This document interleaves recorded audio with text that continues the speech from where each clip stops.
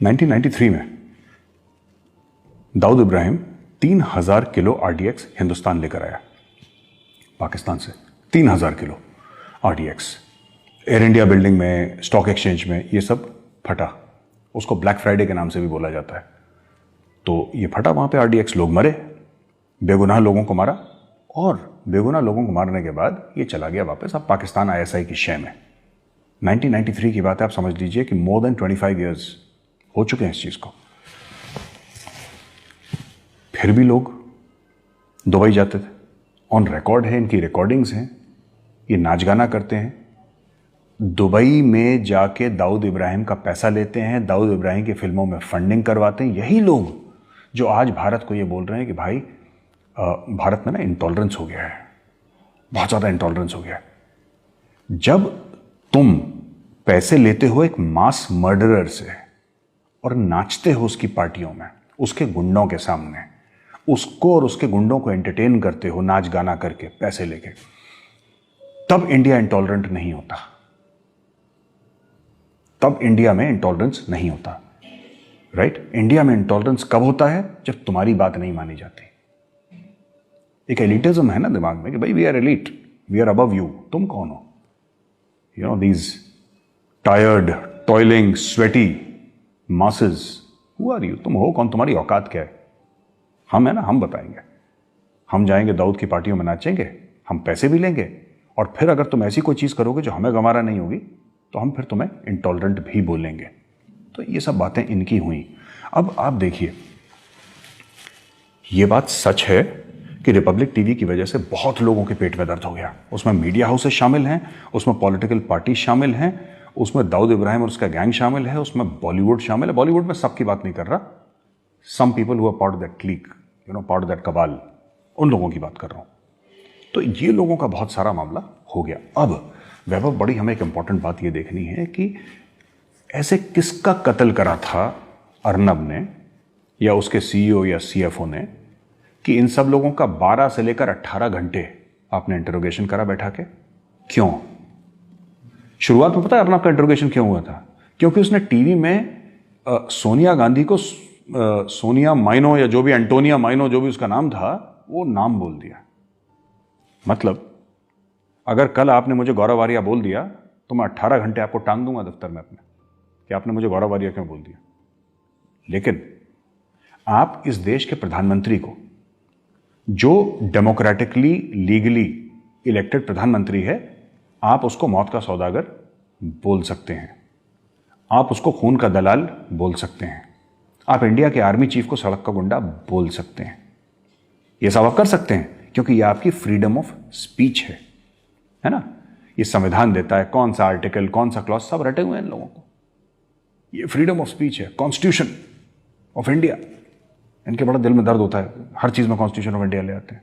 लेकिन अगर अर्नब गोस्वामी ने गलती से सोनिया गांधी को एंटोनियो माइनो बोल दिया तो सब फिर वो, the same courtesy is not extended to him और Republic Media Network. You cannot fight against the truth and win. मैं रिपब्लिक की बात नहीं कर रहा। रिपब्लिक तो फिर किसी इंसान ने बनाई है ना, इंसान ने बनाई है। रोमन एम्पायर चला गया, इतना बड़ा एम्पायर था, तो ये तो कंपनी है एक। लेकिन ये जीतेगी इसलिए क्योंकि सच बोल रहे हैं लोग। मैंने बात करी थी अर्नब से। I said, Arnab, you know, we are actually playing in the front foot. Do you think that's okay? In the sense that, he says, Gaurav, I'm telling the truth. And I had no argument to give to Arnab Goswami because once a person says he's telling the truth, और कोई, आप देखिए, जो भी बॉम्बे में अर्नब के खिलाफ काम कर रहा, वो ये नहीं बोल रहा कि रिपब्लिक टीवी झूठ बोल रही है, कि रिपब्लिक के फैक्ट्स गलत हैं। कोई ये नहीं बोल रहा। कोई कह रहा है तुमने एंटोनियो माइनो का नाम क्यों लिया, ठीक है। कोई कह रहा है तुमने मुंबई पुलिस के बारे में ये क्यों बोला। अरे अगर अर्नब सच बोल रहा है तो तुम बोलो सच बोल रहा है, और झूठ बोल रहा है तो बोलो झूठ बोल रहा है। पर आप वो बोल ही नहीं रहे, आप कहीं और ले जा रहे हैं। एंटोनियो माइनो क्यों बोला, ये क्यों। अच्छा, आपको पता होगा कि एक टाइम पे इंडिया ने प्लान बनाया था कि दुबई में दाऊद को निपटा दो। शादी वादी हो रही थी उसकी बेटी की ना, वो जावेद मियादाद के लड़के के साथ, बिल्कुल। तो उस समय प्लान था कि निपटाओ इसको एकदम, किल हिम। दिल्ली के होटल में जो शूटर थे वो दिल्ली के होटल में थे. They were suppose to go to Dubai and they were suppose to kill Dawood, right? अब पता लग गया और पुलिस आई और पूरे ऑपरेशन का पर्दाफाश हो गया, क्योंकि वो लोग जिनको भेज रहे थे वो दे वर एक्चुअली क्रिमिनल्स, है ना? तो उनका पर्दाफाश हो गया और उनको एक्सपोज किस पुलिस ने करा? आप ये देखिए, दिल्ली के होटल में कोई रह रहा है, अचानक जब दाऊद की बात हुई तो मुंबई पुलिस एक्टिव हो गई, मुंबई से दिल्ली आई उनको अरेस्ट करने के लिए. अब आप ये सोचिए, जब आप ये देखिए ना कि जब भी दाऊद का नाम आता है तो हल्ला हो जाता है. जब भी दाऊद का नाम आता है तो हल्ला हो जाता है. पॉलिटिशियंस, पुलिस, बॉलीवुड सब एक्टिव हो जाते हैं कि भाई का नाम कैसे ले लिया? भाई इनका भाई है वो, तो भाई का नाम कैसे ले लिया? अब अर्नब गोस्वामी और रिपब्लिक टीवी मुंबई में खड़े होकर इनकी छाती में मूंग दल रहे हैं, खुल के दाऊद इब्राहिम का नाम ले रहे हैं. तो दिक्कत नहीं होगी?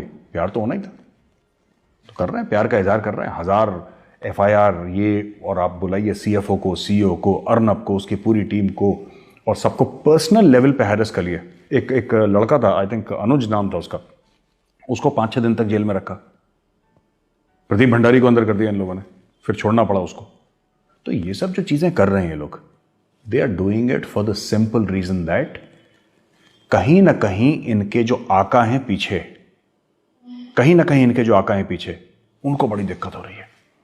और उसमें शामिल दाऊद इब्राहिम है, कहीं ना कहीं दाऊद इब्राहिम शामिल है. क्योंकि आप ये पूरी कड़ी जोड़ें तो आपको पता लगेगा कि इनके डिस्कंफर्ट का लेवल सिर्फ पॉलिटिकल नहीं है. देखिए, दाऊद इब्राहिम ने एक तो काम करा है, कई दिहाइयों से, कई दशकों से कई लोगों के परिवार इंडिया में पाले हैं उसने, जिसमें पॉलिटिशियंस भी शामिल हैं, उसमें पुलिस वाले भी शामिल हैं, उसमें बॉलीवुड भी शामिल है, और बॉलीवुड इंडस्ट्री में फिल्में उसने फाइनेंस करी हैं दाऊद इब्राहिम ने. तो बहुत सारी चीज़ें उसने ऐसी करी हैं. उसकी अभी तक जड़ें हैं, काफ़ी कमज़ोर हो गई हैं, लेकिन अभी भी उसकी पावरफुल जड़ें हैं पैसे के तहत. तो करता है, पाकिस्तान में रहता है, ये सब कंट्रोल करता है. तो इसमें कई सारी चीज़ें हैं. क्या इसमें नार्को टेररिज्म की बात हम कर लें? क्या हम इसमें डी कंपनी जो है दाऊद की, उसकी बात कर लें? या फिर एक पूरे कबाल की बात कर लें जो चल रहा है? तो एक तरफ खड़ा है रिपब्लिक मीडिया नेटवर्क, और एक तरफ उससे 1000 गुना बड़ा ये कबाल खड़ा है, जिसमें बॉलीवुड शामिल, जिसमें महाराष्ट्र गवर्नमेंट शामिल, जिसमें मुंबई पुलिस शामिल, जिसमें माफिया शामिल. इसमें हर कोई ऐसे तत्व शामिल जो रिपब्लिक टीवी को दबाना चाह रहे हैं. लेकिन ये लोग एक चीज भूल गए,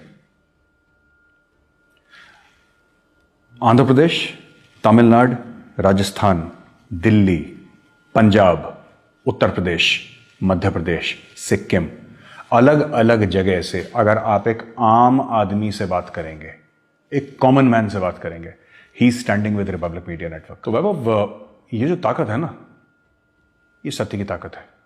और जैसे लोग कहते हैं ना कि सत्य जो है वो परेशान हो सकता है लेकिन पराजित नहीं हो सकता.